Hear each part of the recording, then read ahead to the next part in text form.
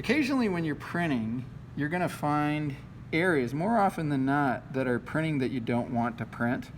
And you want to continue to carve down and carve away so that those areas don't catch ink. Now, occasionally when we get big areas, big open areas, it's impossible to carve enough away without the brayer being able to get down into those grooves and still catch ink. So once you've carved as much as you can possibly carve, and you still have areas that are printing that you don't want to print, you can just wipe the ink off of those areas.